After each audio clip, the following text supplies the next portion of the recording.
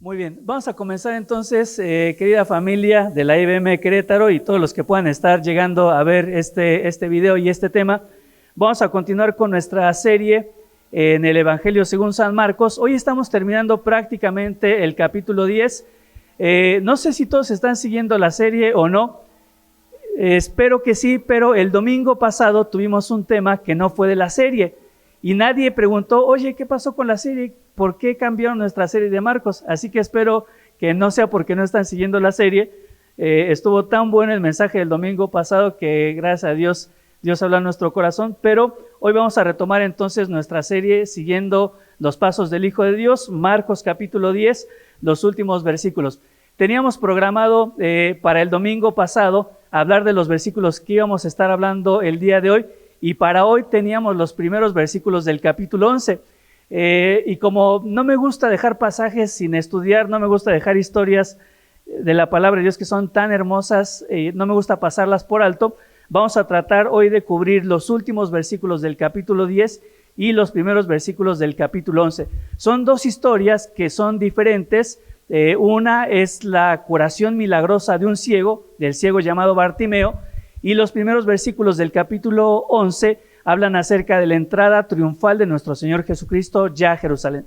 Son dos pasajes que aparentemente no tienen tanta conexión, pero te vas a dar cuenta que están íntimamente relacionados y que tienen una trama muy hermosa. Así que bueno, vamos a estar entonces abriendo nuestras Biblias. Ahí te invito a Marcos capítulo 10, vamos a estar leyendo a partir del versículo 46 hasta el final. Pero antes de leer, me gustaría que pudiéramos orar, que pudiéramos poner este tiempo en las manos de Dios.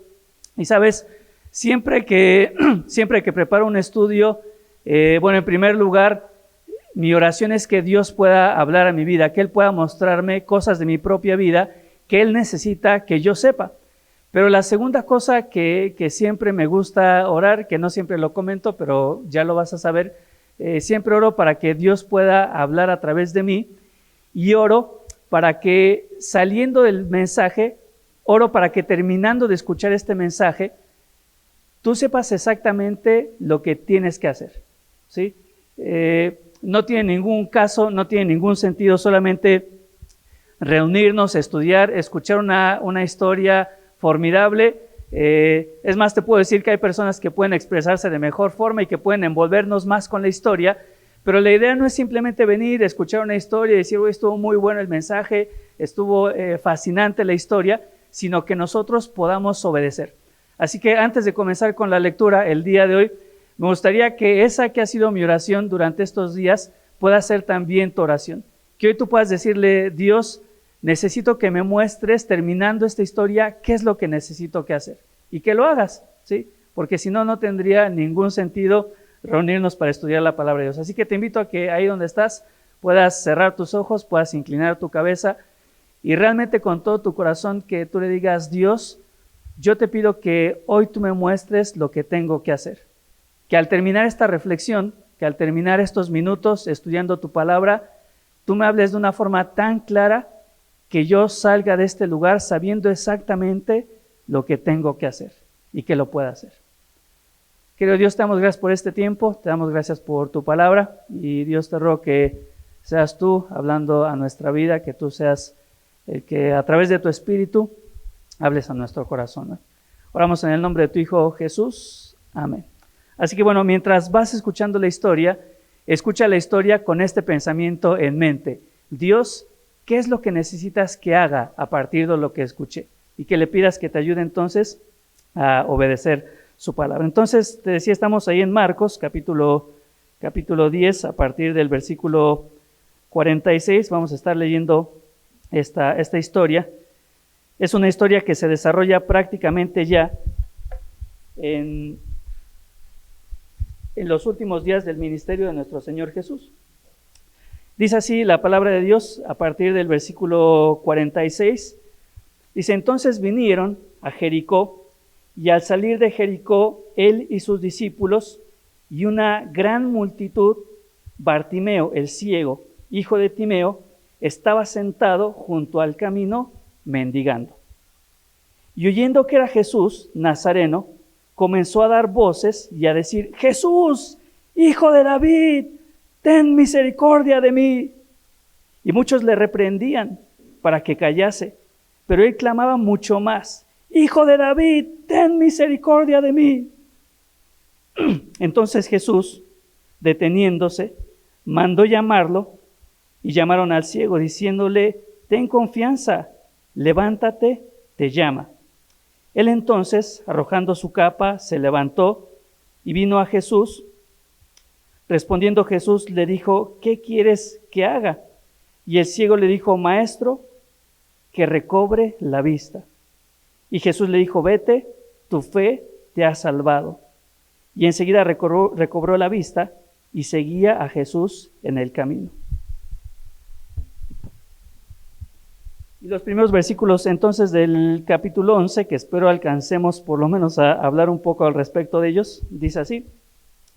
Cuando se acercaban a Jerusalén, junto a Betfage y a Betania, frente al monte de los Olivos, Jesús envió 2 de sus discípulos y les dijo, ir a la aldea que está enfrente de vosotros, y luego que entréis en ella, hallaréis a un pollino atado, el cual ningún hombre ha montado, desatarlo y traerlo. Y si alguno os dijere, ¿por qué hacéis eso?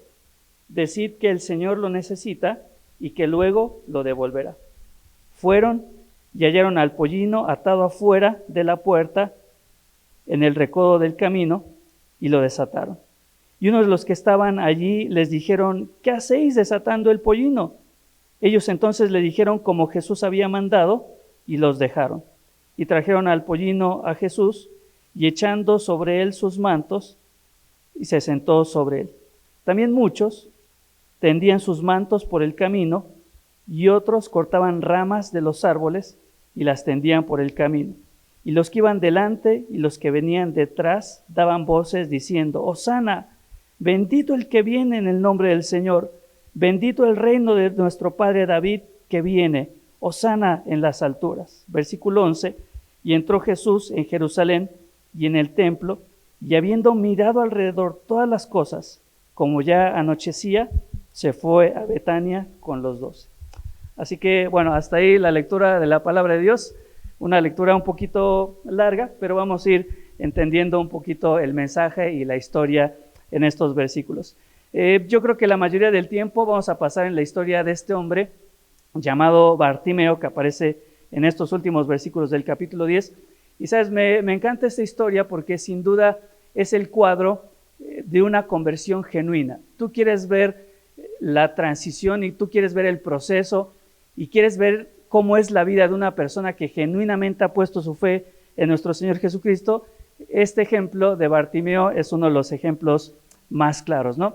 Como te decía, nuestro Señor Jesucristo prácticamente está cerrando una parte de su ministerio. Recuerdas, la primera parte de su ministerio fue en el norte de Tierra Santa, cerca al mar de Galilea.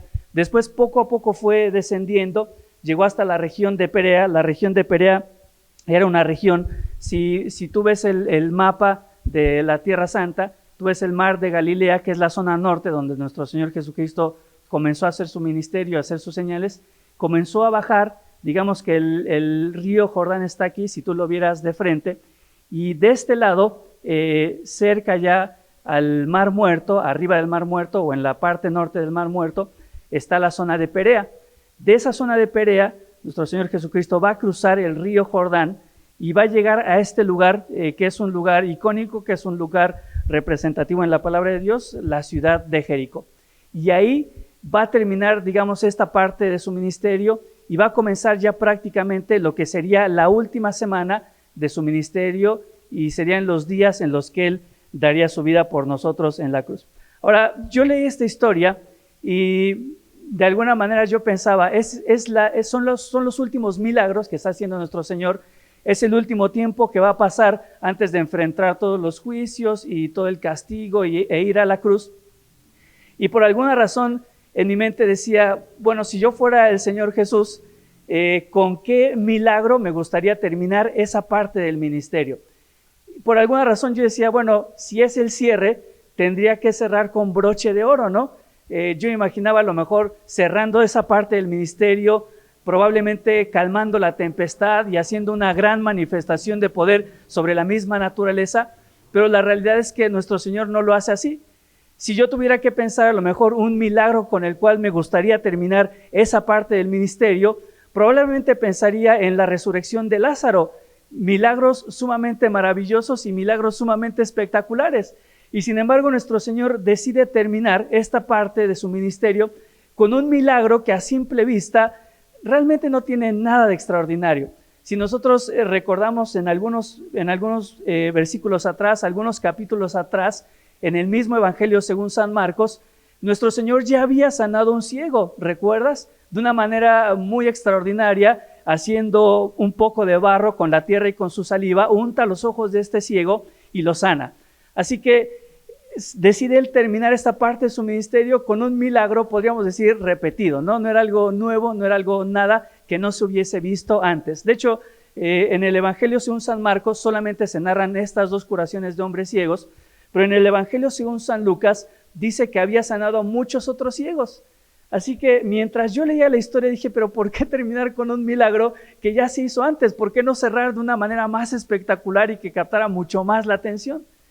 Y no solamente el milagro a simple vista no era un milagro muy significativo, sino que la ciudad en la que se realiza este milagro, Jericó, tampoco era una ciudad que tuviese tanta trascendencia. De hecho, muchos libros atrás, muchos años atrás, Josué, si no me equivoco, es en Josué capítulo 6, después de la conquista de Jericó, Josué había lanzado una maldición sobre esa ciudad, sobre la ciudad de Jericó, así que Jericó era una ciudad maldita. Y mientras yo leía todo eso en mi mente decía, pero ¿por qué en una ciudad poco significativa? ¿Por qué hace un milagro que aparentemente no era tan significativo y que no era tan espectacular ni nada nuevo? Pero sin embargo, Dios tenía todo un mensaje detrás de esta historia y es lo que vamos a ir entendiendo en estos siguientes versículos. Dice entonces ahí el versículo 46, fíjate, este mismo pasaje o esta misma historia del ciego Bartimeo va a aparecer también en el Evangelio según San Mateo, en el capítulo 20, a partir del versículo 29, y también va a estar narrada en Lucas capítulo 18, a partir del versículo 35. Hay algunas diferencias en los tres relatos. Por ejemplo, en el relato de Mateo capítulo 20, no habla de un ciego, sino que habla de dos ciegos. Pero si tú lees la historia, es prácticamente lo mismo, exactamente lo mismo que acabamos de leer ahora, pero simplemente se mencionan dos ciegos y no es mencionado el nombre de Bartimeo. Mayor diferencia no hay. En el Evangelio según San Lucas se narra la misma historia, en este caso sí se utiliza solamente un personaje, no se menciona el nombre, no se menciona que haya sido Bartimeo, pero concuerda con la narración de Marcos de que era un ciego. Hay una diferencia también ahí interesante en el Evangelio según San Lucas. El Evangelio según San Lucas, acá Marcos dice en el versículo 43 que vinieron a Jericó, dice, y al salir de Jericó. Es decir, ya había estado un tiempo ahí en Jericó y a la salida es cuando se encuentra con este hombre Bartimeo. Mientras que en Lucas dice que entrando en la ciudad se encontró con este hombre Bartimeo. ¿Ves? Estos pasajes son los que algunas personas incrédulas o que les gusta debatir o cuestionar la palabra de Dios dicen, ¿te das cuenta? La palabra de Dios se contradice. Pero la realidad es que solo es necesario estudiar un poquito más y entender por qué existen ciertas discrepancias, ¿no? La realidad es que en aquellos entonces existían dos ciudades de Jericó. La Jericó antigua, que es la que había sido destruida y sobre la cual Josué había mandado una maldición, y pegadito a ese antiguo Jericó se había edificado una nueva Jericó o la ciudad nueva de Jericó. Entonces, ¿qué es lo que podemos entender? Que muy probablemente este hombre, Bartimeo, estaba ¿en dónde? Justamente en medio de esas dos ciudades, de la Jericó antigua que había sido destruida y de la nueva ciudad de Jericó. Por eso Marcos ve este suceso como si Bartimeo y Jesús estuviesen saliendo de Jericó, de la Jericó antigua, mientras que Lucas lo ve como si estuviese recién entrando a la ciudad de Jericó. Pero no hay mayor discrepancia. Y por el contrario, ¿no? Cuando nosotros encontramos pasajes o aparentes contradicciones como estas, aportan. ¿Sabes? Porque muchas personas, el argumento que es que los evangelistas lo único que hicieron fue tomar un machote que escribió alguno de ellos y que los demás, ¿qué hicieron? Solamente se dieron a la tarea de copiar, que no fueron testigos presenciales, sino que lo único que hicieron fue copiar lo mismo que estaban viendo en los otros evangelios. Esta mención o esta diferencia justamente nos hace entender que no es así, no es que ellos se copiaban, no es que copiaron todo de un mismo evangelio, sino que cada quien tenía su propia perspectiva y cada quien escribía las cosas de acuerdo a como ellos lo habían contemplado. Así que este suceso probablemente, te digo, sucede justamente en medio de lo que era la antigua Jericó y la nueva ciudad de Jericó. Esta ciudad de Jericó era una ciudad fascinante. Si nosotros leemos algunos versículos en el Antiguo Testamento como Deuteronomio 34:3 o Jueces 3:13, se menciona esta ciudad de Jericó como la ciudad de las palmeras. Y es interesante porque las palmeras en la Biblia son un sinónimo o un símbolo de placer, y muy interesante porque esta ciudad de Jericó estaba justamente en medio de una zona árida o de una zona desértica. Sin embargo, en esa ciudad había tierra que era muy fructífera, que era muy fértil, y se daban este tipo de palmeras que no se daban en otro lugar. Este nombre de Jericó también se conoce o se puede traducir como lugar de las fragancias, porque en ese lugar se daba mucho la producción de miel, se daba mucho la producción de rosas, por ejemplo, y se trabajaba mucho ciertos tipos de bálsamos curativos, fragancias aromáticas que no se daban en otro lugar. Así que prácticamente este lugar vendría a ser como un oasis en medio del desierto. Era un lugar muy especial y era un lugar muy significativo. Y como lo mencionábamos, es el mismo lugar, es una de las ciudades habitadas de las cuales se tiene registros más antiguos en la palabra de Dios. Se menciona ahí, como te decía, en la conquista de la tierra prometida. ¿Recuerdas cuando el pueblo tenía que dar, si no me equivoco, son 13 vueltas, tenían que dar 13 vueltas a la ciudad, ¿sí? Tenían que dar primero 6 vueltas alrededor de la ciudad, y el último día, en el séptimo día, tenían que dar 7 vueltas a la ciudad, y entonces los muros de Jericó caerían. Entonces, los registros de Jericó son registros muy antiguos, era una ciudad muy antigua, era una ciudad ancestral. Así que ese es el lugar donde aparece esta historia, donde aparece nuestro personaje. Este hombre Timeo es interesante también porque muchos de los milagros que nosotros estudiamos no se menciona el nombre de la persona. En este caso sí se menciona el nombre del ciego Bartimeo, y se menciona también el nombre de su padre Timeo. El nombre Timeo significa alguien que era altamente apreciado.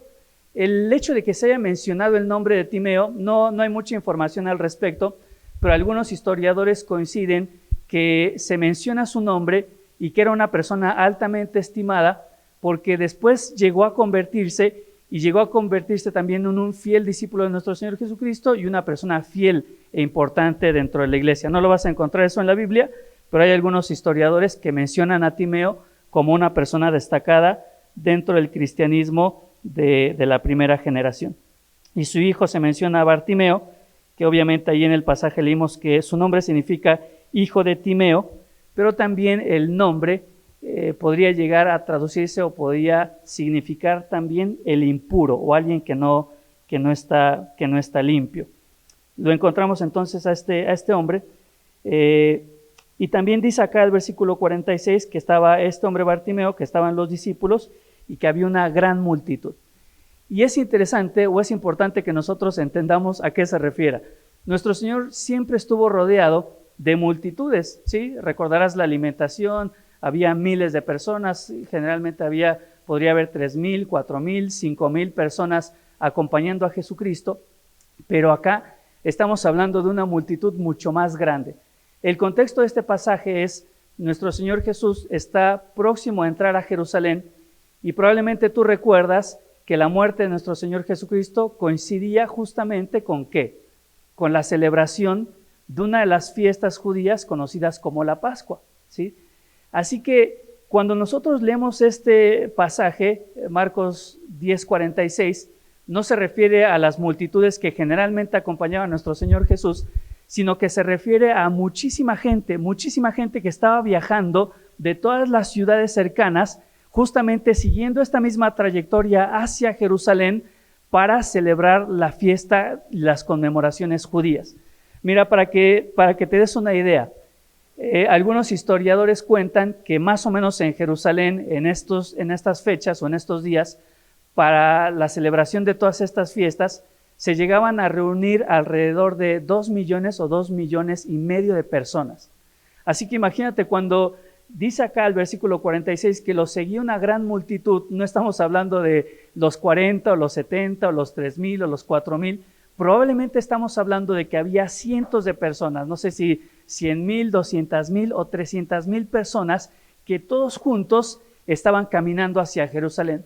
Y esta es justamente una de las circunstancias que hace de este milagro significativo. Si bien la curación de un ciego no era nada nuevo, si bien el lugar donde se realiza el milagro no era nada trascendente, la ciudad de Jericó, pero podríamos muy seguramente estar hablando de que fue uno de los milagros que fue presenciado por mayor cantidad de personas.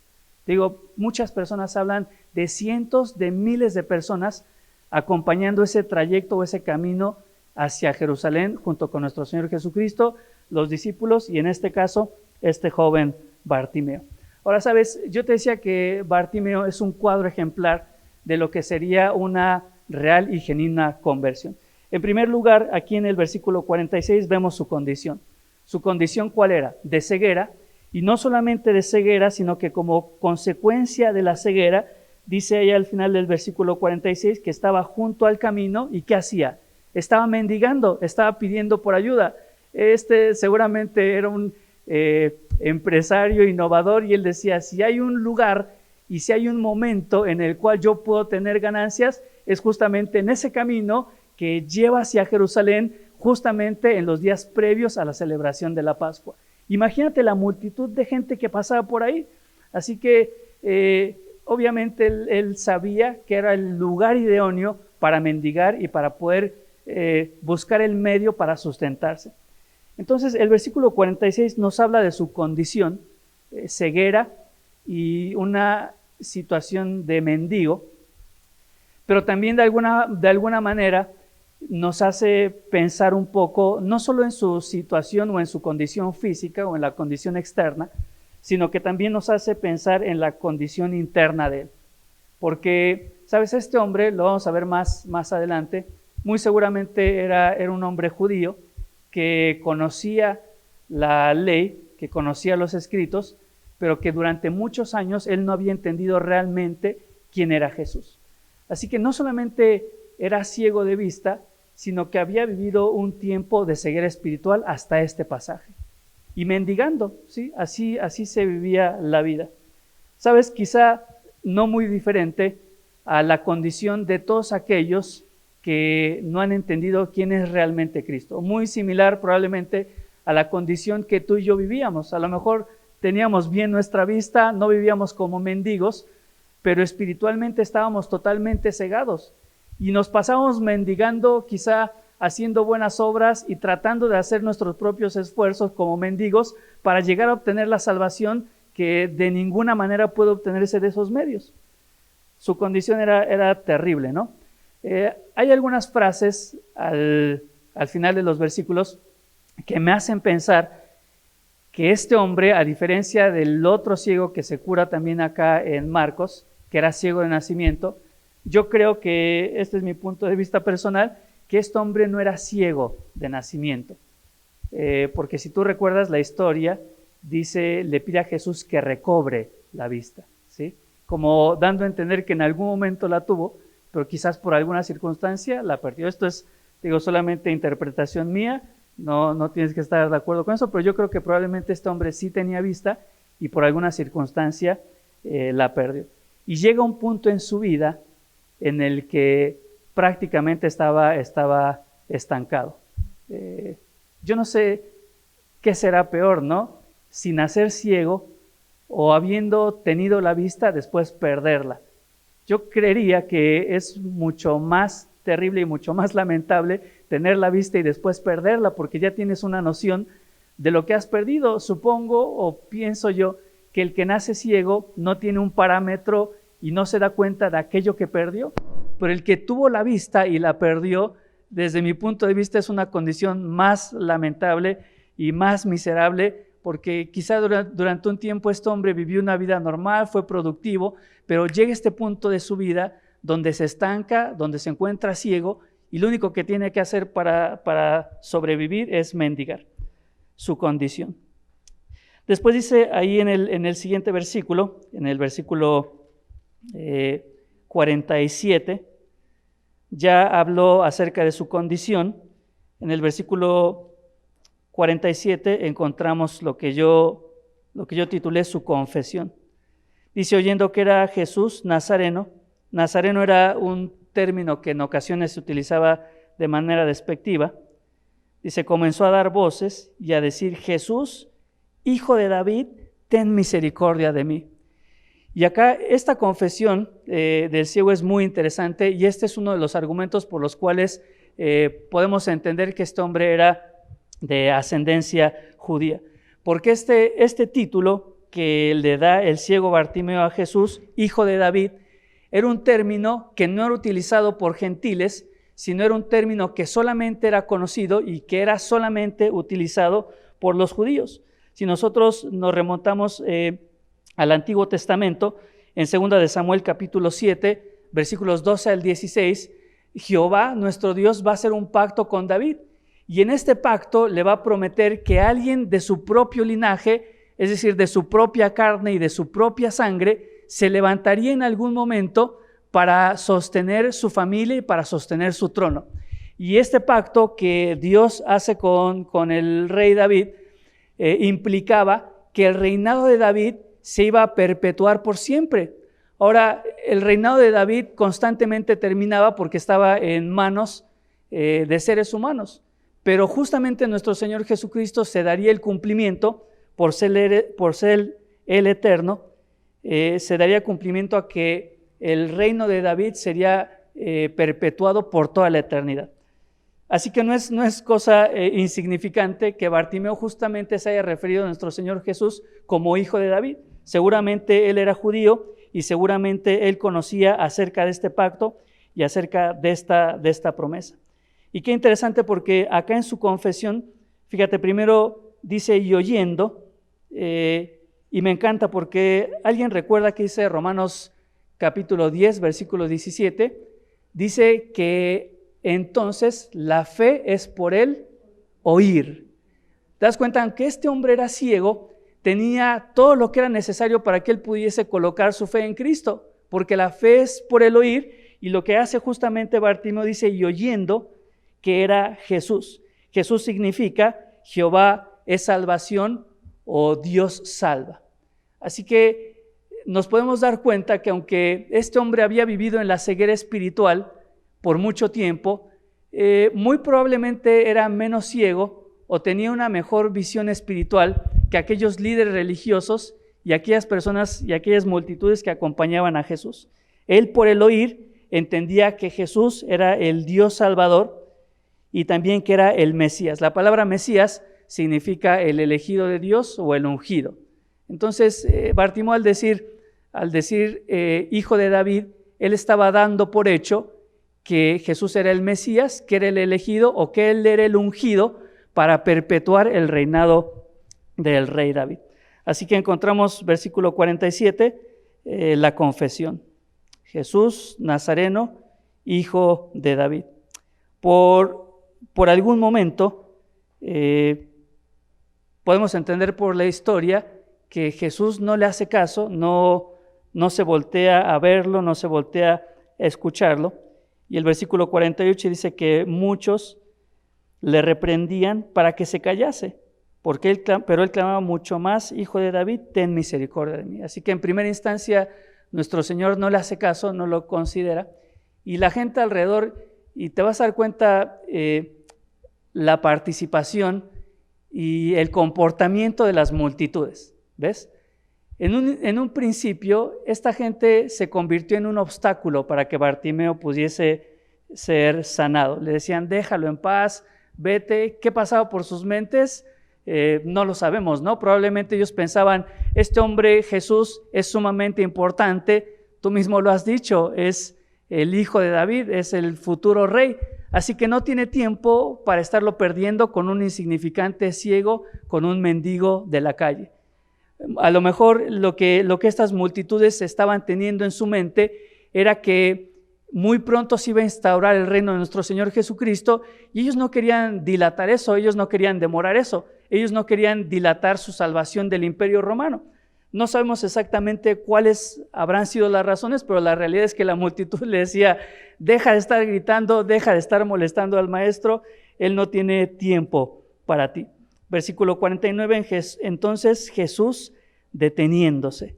Y esta palabra o esta idea la hemos estudiado muchísimo y es muy repetitiva en cada uno de los milagros y en cada una de las señales de nuestro Señor Jesús. Va Jesús entonces por su camino y dice que Jesús deteniéndose. Y a mí me encantan estas, podríamos llamarles pausas celestiales, ¿no?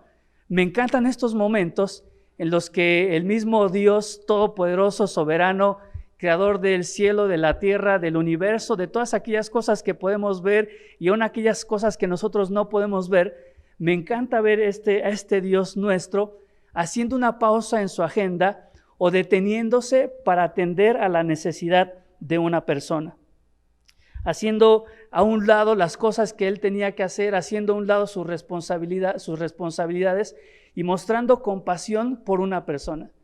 Digo, estas pausas o cada que encontramos a Jesús deteniéndose para suplir la necesidad de una persona, me hace pensar que para Dios no hay persona insignificante, no hay persona a la cual Él desprecie por su condición de pobreza, de riqueza, de hombre o mujer. No, para Él no importa la condición física.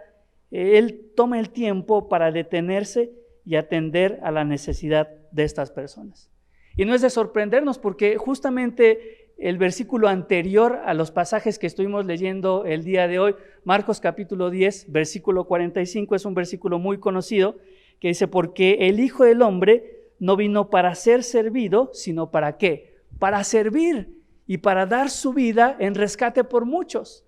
Así que evidentemente en la mentalidad de nuestro Señor, Él tenía todos los argumentos para detenerse, para parar el tiempo, para hacer una pausa en su agenda celestial y atender a la necesidad de este hombre, de este ciego Bartimeo.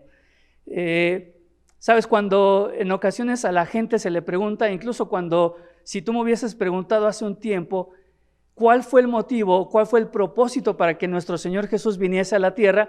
Yo te hubiese dicho sin pensarlo, Él vino para morir en la cruz, para tomar nuestro lugar, para salvarnos, para perdonarnos, o te hubiera dicho cualquier cosa que se relacionase con el tema de la salvación.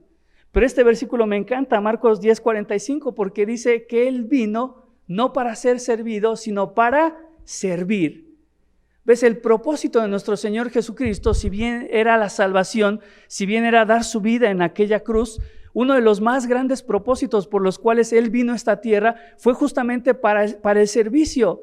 Y por eso lo vemos en este versículo deteniéndose, haciendo una pausa, justamente para cumplir el propósito por el cual Él había venido, para servir. Y pensando en esto, me gustaría preguntarte, ¿en qué área de servicio de la iglesia o en qué ministerio de la iglesia estás sirviendo? Claro, porque si nuestro anhelo y nuestro deseo es cada día ser más semejante a nuestro Dios, ser semejante a Cristo, tendríamos que hacer lo que Él hace. Entonces, si el propósito de su venida a esta tierra no fue solamente para salvarnos, sino también para servir, cada uno de nosotros tendríamos que estar involucrados en el servicio. Los que estamos aquí, los que están en el Zoom, los que van a ver después este video. Y déjamelo poner de esta forma que quizás puede sonar no muy grata y no muy amable. Si no estás involucrado en el servicio dentro de tu iglesia local, no te pareces a Cristo. Porque esa fue la razón por la que Él vino. Y con esto te animo a pensar lo que te decía al principio. Escucha este mensaje con la mentalidad y con la oración de tu corazón, decirle: Dios, ¿qué tengo que hacer después de escuchar esto? Probablemente lo que tendrías que hacer es decirle a alguien de la iglesia, a alguno de los líderes: oye, yo no estoy sirviendo, no me estoy pareciendo a Cristo en esa área. Necesito que me digas en qué área yo puedo servir, ¿sí? Pues no, me encanta porque a veces somos místicos y buscamos en la palabra y decimos, Dios, muéstrame cuál es tu voluntad para mí, qué quieres, qué es lo que yo haga. Y a veces es tan sencillo y tan claro como para decir, no estoy sirviendo, listo, tengo que hablar con Irra o tengo que hablar con Luis y decirle, anótame en algún área de ministerio porque quiero servir, quiero parecerme a Cristo. Así que por eso él hace esta pausa, se detiene para atender a la necesidad de Bartimeo. Y se mandó a llamarle. Dice, y llamaron al ciego diciéndole, ten confianza, levántate, te llama. Esta misma multitud que instantes antes le estaba diciendo, deja de fastidiar, ya no estés molestando al maestro. Él tiene cosas más importantes que hacer, no tiene tiempo para ti. Ahora es la misma multitud que le estaba diciendo, vamos, tú puedes, échale ganas porque el Señor te está llamando. Qué increíble, ¿no? Y lo más increíble es que muchas veces nosotros somos parte o somos como esa multitud. En momentos tenemos menos fe que, no sé, que una piedra, y en algunos momentos somos los más entusiasmados por hacer las cosas, ¿no? Qué interesante ver el comportamiento de esta gente, ¿no? En un momento siendo obstáculo, pero ahora aquí animando a Bartimeo para que se acercara a nuestro Señor Jesús. Ya hablamos entonces acerca de su condición, no solamente física, sino espiritualmente un ciego mendigando. Ya vimos también su clamor, refiriéndose a Jesucristo como Jesús, como el Salvador, como el Mesías elegido. Y a continuación en el versículo 50, para mí es evidente que aquí podemos encontrar su conversión. Versículo 50 dice, él entonces, dice, arrojando su capa, se levantó y vino a Jesús. Aquí hay un detalle muy interesante y que estos detalles son los que me encanta estudiar en la palabra de Dios. Dice que entonces, algunas otras versiones lo traducen como enseguida o rápidamente. ¿Qué es lo que hizo Bartimeo? Tomó su capa y ¿qué hizo con ella? La arrojó. Podría parecer un detalle insignificante, no lo es. Tomar su capa y arrojarla tiene mucho que ver con este concepto o con el tema de la conversión. Hay un pasaje, yo no sé si tú recordarás, de aquel hombre que no podía caminar, paralítico, y que nuestro Señor Jesús, cuando lo sana, le dice, toma tu lecho, no leche, porque algunos dicen, toma tu leche y a dormir, dice, toma tu lecho y anda. Y si no me equivoco, creo que yo expuse ese pasaje, y no es insignificante el hecho de que Dios o que Jesús le pidiera al paralítico que tomara su lecho, porque hablamos de que en ese entonces la parálisis no era quizá lo que nosotros entendemos como alguien que quizá no tiene movimiento o sus piernas no funcionan, sino que en ese contexto parálisis tenía que ver con una enfermedad que prácticamente había hecho en este hombre que sus huesos, sus músculos, sus tendones se atrofiaran, de manera que el hombre estaba prácticamente, la palabra que se utiliza es seco, como una flor marchita, ¿sí? Así que el milagro no solamente era que este hombre pudiese caminar, ponerse de pie y caminar, sino que tuvo la fuerza necesaria, sus músculos, sus tendones, todo instantáneamente se fortaleció al nivel no solamente de poder caminar, sino de poder tomar su cama, prácticamente su lecho, y cargarlo y salir caminando con eso. Y eso es un detalle precioso de cómo el cuerpo de este hombre se transformó en un instante. Y es algo similar acá, porque dice que el ciego enseguida, rápidamente, dice que tomó su capa y la arrojó, la tiró. ¿Sabes? Esta palabra o esta mención que se hace a la capa es una palabra griega que se utilizaba para describir uno de los atuendos que utilizaban específicamente los judíos. Este atuendo tú lo puedes buscar ahí en Google o en cualquier lado. Hasta la fecha se llama el talit.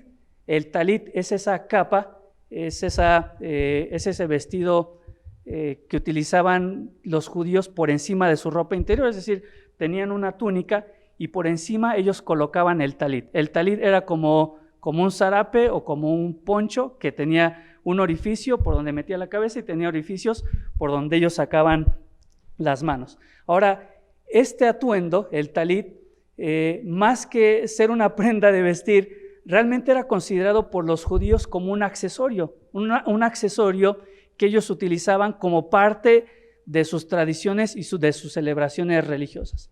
Era un atuendo que, por ejemplo, utilizaban los hombres judíos como un signo de que no eran solteros, de que estaban casados, y cuando los judíos se acercaban a la sinagoga para orar, ellos debían de traer puesto esta indumentaria o este accesorio conocido como el talit. Lo puedes buscar ahí en Números capítulo 15, 37 al 41, se hace una mención de este atuendo. Era una prenda de ropa que justamente aquí en este pasaje que te mencioné de Números, Dios le va a dar la orden al pueblo de que tenían que usarlo para poder acercarse a Dios en oración, y aparte era un atuendo muy característico, a lo mejor tú lo has visto en algún momento, que tenía unas franjas atravesando todo el talit o atravesando toda la vestimenta. ¿Sabes? Cada una de estas franjas o el simbolismo de estas franjas representaban los mandamientos de la ley. ¿Qué significaba entonces traer puesto el talit?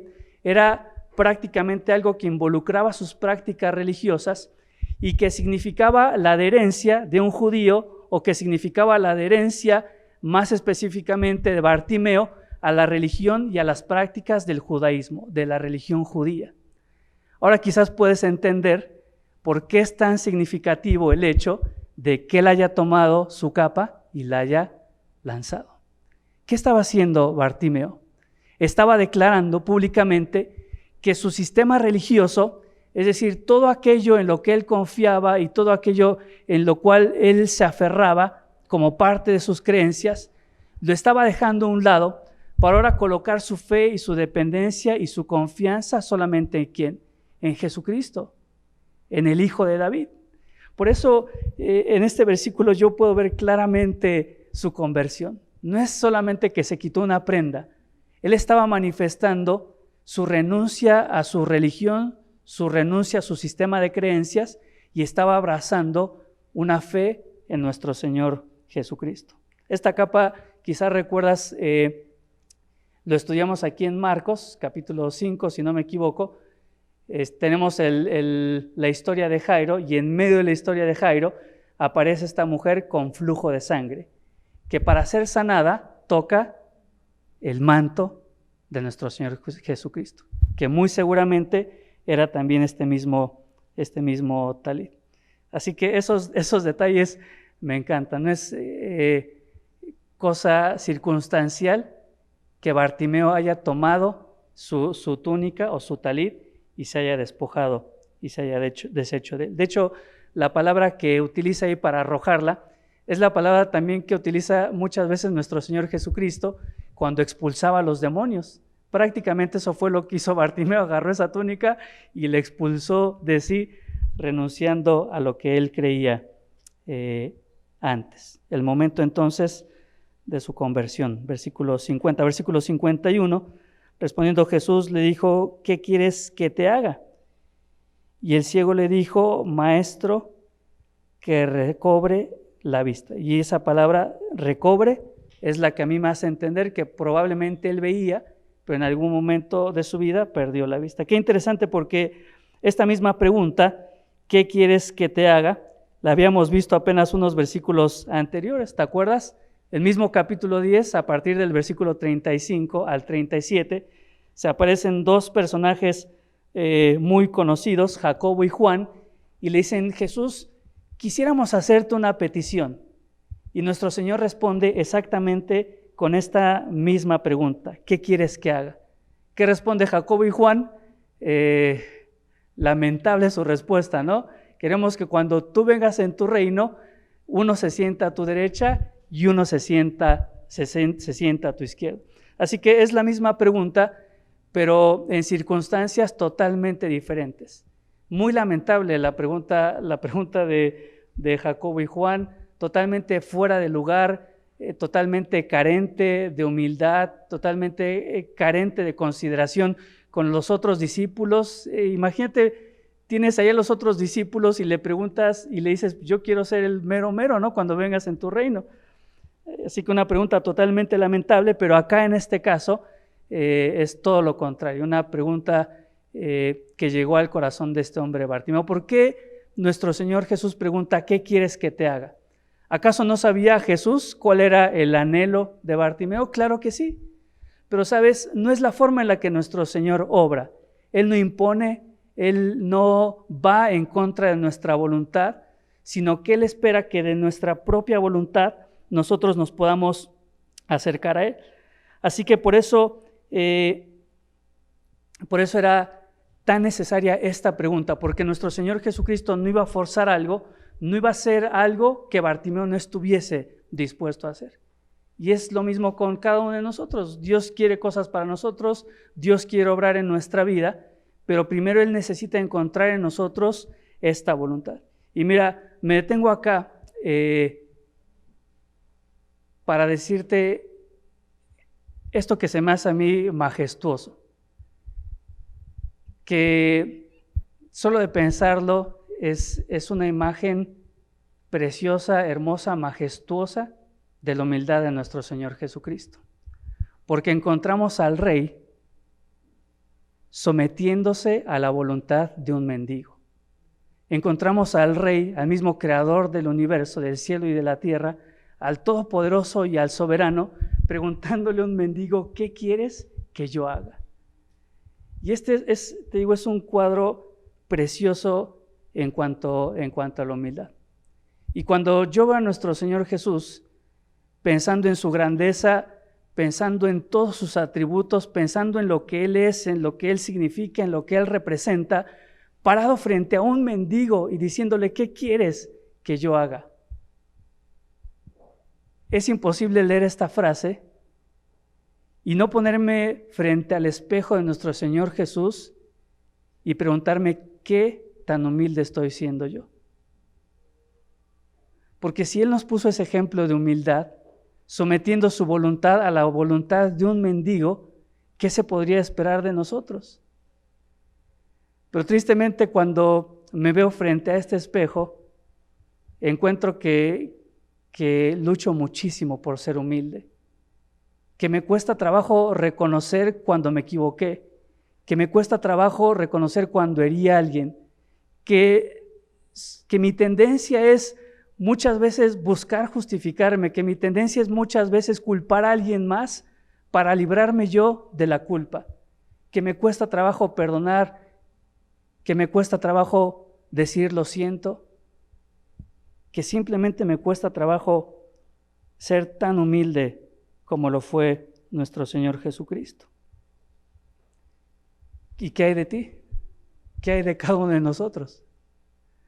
Sabes, aquí es cuando nuevamente le pido a Dios y te pido que escuches esto pensando en qué es lo que tienes que hacer. No pensando si es un mensaje hermoso o no, sino pensando, tengo que salir de acá y esto es lo que tengo que hacer, esto es lo que tengo que obedecer de la palabra de Dios. Su conversión. Versículo 52. Termina la historia de Bartimeo. Y yo te decía, esto es un cuadro precioso de lo que es una conversión genuina. Porque no se quedó solamente en este hecho de la sanación, no solamente recuperó su vista, sino que dice ahí en el versículo 52, y Jesús le dijo, vete, dice, tu fe te ha salvado. Dice, y enseguida recobró la vista y seguía a Jesús en el camino. Ahora, hay algunas versiones en este versículo, sobre todo versiones en inglés, que dice que Jesús le dijo, vete, dice, tu fe te ha sanado o te ha hecho bien. Es decir, algunas otras traducciones de la Biblia enfatizan o dan a entender el hecho de que simplemente Jesús se quedó en la sanación y este hombre que probablemente veía antes recuperó la vista. Pero esta traducción en castellano por lo menos la Reina Valera, que es la que yo estoy leyendo, se apega mucho más a la idea original del griego. No es solamente el hecho de que lo sanó, no es solamente el hecho de que lo hizo estar bien, sino que literalmente la idea del versículo es eso, que lo salvó. Ahora quizás entrará la duda en tu mente, ¿no? ¿Y en qué momento hizo la oración para recibir a Cristo en su vida? ¿Y a qué hora le dijo, te pido que entres en mi corazón y limpies mis pecados? La realidad es que en ningún momento hace esta oración. Pero si tú analizas el contexto y si tú analizas los títulos con los cuales este hombre Bartimeo se refiere a Jesús, le dice Jesús, es decir, el Salvador, le dice hijo de David, considerándolo como el Mesías, él lo consideraba como rey. Ahora escucha, ¿qué súbdito le pediría a un rey que le devuelva la vista? O pensándolo en nuestros términos, si se te presentara aquí el presidente de la República, ¿quién de ustedes le pediría que le recupere la vista? Sobre todo los que no vemos muy bien, ¿no? A lo mejor le pedirías que pavimente tu calle, que ayude a nuestros hijos con una beca escolar o con despensas o que done un terrenito para la iglesia, pero nadie le pediría a un gobernante terrenal semejante cosa como recuperar la vista. ¿Qué significa esto entonces? Que Bartimeo entendía que Jesucristo no solamente era un rey, sino que era Dios mismo, que podía sanar sus ojos. Así que no hay ninguna oración para recibir a Cristo, pero es evidente que Bartimeo creía en Jesús como Salvador, que creía en Jesús como el Hijo de David, que creía en Él como el Mesías y que creía en Él como Dios.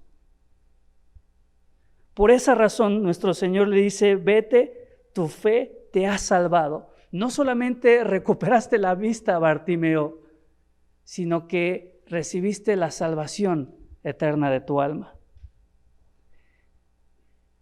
Vienen enseguida las evidencias, ¿no? ¿Cuál es la evidencia de que él había recuperado la vista? Dice que enseguida recobró la vista y después dice, seguía a Jesús en el camino. Es decir, la evidencia estaba ahí de que había sido sanado, recuperó la vista. La evidencia de que su conversión había sido genuina es la consagración de su vida. Porque a pesar de que Jesús le dijo, vete, ¿qué es lo que hace este hombre? ¿Ves? Cualquiera otro hubiera dicho, gracias, muchas gracias, ya tengo la vista, ahí nos vemos. Y a pesar de que Jesús le dice, vete, este hombre hace todo lo contrario y dice que enseguida le seguía en el camino. Esta frase, le seguía en el camino, es una frase que también es interesante de analizar. La idea va más allá de simplemente acompañar a Jesús. ¿Ves? No sé si te ha pasado, yo recuerdo la primera vez que estuve en un aeropuerto y que íbamos a Estados Unidos, ¿no? Yo no entendía nada de lo que estaba sucediendo ahí, así que le pregunté a un fulano y me dijo, tú sigue a la gente, y ahí donde iban todos, ahí íbamos siguiendo, ¿no? Como cuando vas a hacer un trámite que hay un montón de gente que no sabes ni dónde pararte, te dice usted, siga la fila. Ajá. No es lo que acá se refiere, no es simplemente el hecho de que Bartimeo decidió acompañar a Jesús o estar cerca de Jesús. Tiene que ver en el contexto original y en lo que significa la palabra, tiene que ver más que solo con el hecho de acompañamiento o de ser parte de un grupo. Esta idea de que Bartimeo le seguía tiene que ver con la idea de alguien que se convierte en discípulo, uno que sigue una misma conducta, uno que sigue una misma forma de pensar, uno que sigue unas mismas emociones y uno que sigue las mismas decisiones. ¿Ves? Es mucho más que el simple hecho de ir al lado de Jesús. Este hombre, al hecho de seguir a Jesús, se había convertido en un discípulo. Ahora pensaba igual que él, ahora sentía igual que Jesús, ahora decidía igual que Jesús. No solamente dice que lo seguía, dice, seguía a Jesús y termina diciendo algo muy interesante. Dice que lo seguía en el camino. Esta palabra o esta idea o la expresión el camino es una idea que se va a repetir mucho en los evangelios. Por lo menos acá en Marcos capítulo 10 se repite 4 veces solamente en este capítulo. Ahora bien, el camino puede referirse a literalmente una vereda o un sendero. Por ejemplo, cuando dice que Bartimeo estaba sentado en el camino, es justamente eso. Literalmente él estaba sentado al pie de una vereda o al pie del camino por donde transitaban todos los judíos para ir a la fiesta a Jerusalén. Pero puede referirse no solamente a ese lugar físico, literal, sino que puede referirse a un propósito o a un destino. Por ejemplo, acá en Marcos capítulo 10 se menciona que Jesucristo tenía que seguir su camino a Jerusalén. Y no se refiere a que tenía que caminar solamente la vereda o que tenía que transitar por ese territorio, por ese piso, sino que tiene la idea de que Jesús tenía en mente clavado que su destino era llegar a Jerusalén para poder entregar su vida y para morir en la cruz por nosotros. Entonces, camino puede referirse a literalmente la vereda, pero puede referirse a un destino al cual se quiere llegar. Sea como sea, ya sea que nos refiramos al camino, ya sea que nos refiramos al destino, creo que todos nosotros entendemos que lo importante no es el camino, lo importante es a dónde quiero llegar, o lo importante es a dónde me estoy dirigiendo, o lo importante es a dónde es preciso que yo llegue, ¿sí? El camino es simplemente un lugar temporal o es un lugar intermedio desde donde yo estoy hasta donde tengo que llegar. ¿Qué significa todo esto?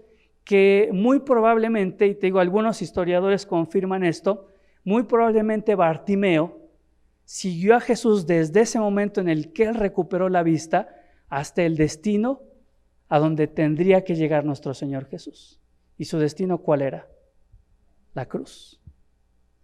Entonces, muy probablemente este hombre llegó hasta ese momento a ser testigo presencial de ese camino y del destino al cual nuestro Señor tenía que llegar. Dime si no, esto va más allá que la simple conversión, es la consagración. No lo menciona aquí el Evangelio según San Marcos, pero en Lucas capítulo 18, 43, hablando de Bartimeo, dice, y luego vino y le seguía y añade, glorificando a Dios. Y todo el pueblo, cuando vio aquello, dio alabanza a Dios. Entonces, Lucas añade no solamente que lo siguió, que lo acompañó hasta el camino que Jesús tenía que llegar, sino que lo hizo glorificando a Dios. Un cuadro hermoso de lo que es o de cómo tendría que ser la genuina salvación en un creyente. Desde entender cuál es mi condición, desde clamar a Dios por misericordia, la conversión, el momento en el que yo renuncio a todo aquello en lo cual creía y de todo aquello en lo cual yo tenía confianza, y llego hasta el punto de convertirme no solamente en un asistente a la iglesia, o no solamente un asistente de Zoom, sino consagro mi vida y camino el mismo camino que siguió nuestro Señor Jesús, glorificando y llegando hasta el destino donde Él quiere que yo llegue.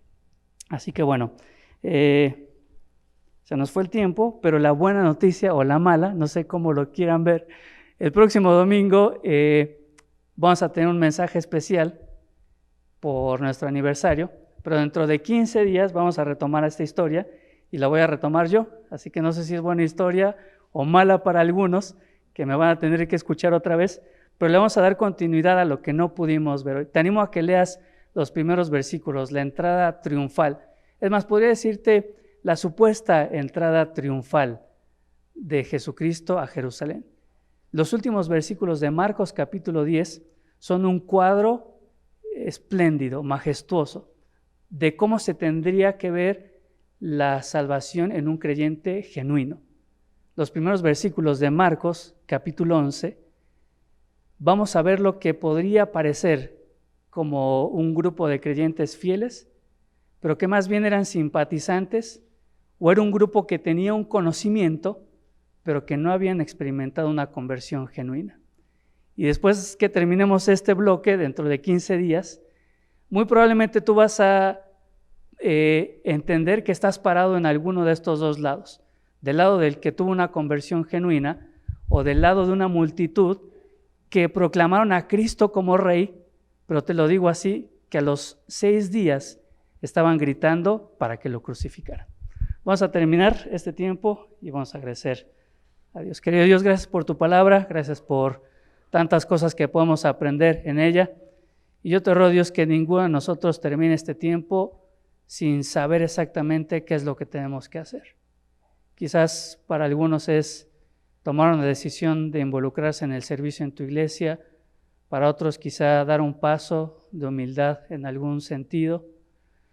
No lo sé, Dios. Quizás hoy alguno entiende que no te está siguiendo, como lo hizo Bartimeo, que no ha consagrado su vida como un creyente genuino. Te ruego, Dios, que tú sigas hablando a cada uno de nosotros en esta tarde y que no dejemos pasar tu palabra sin hacer algo en nuestras vidas.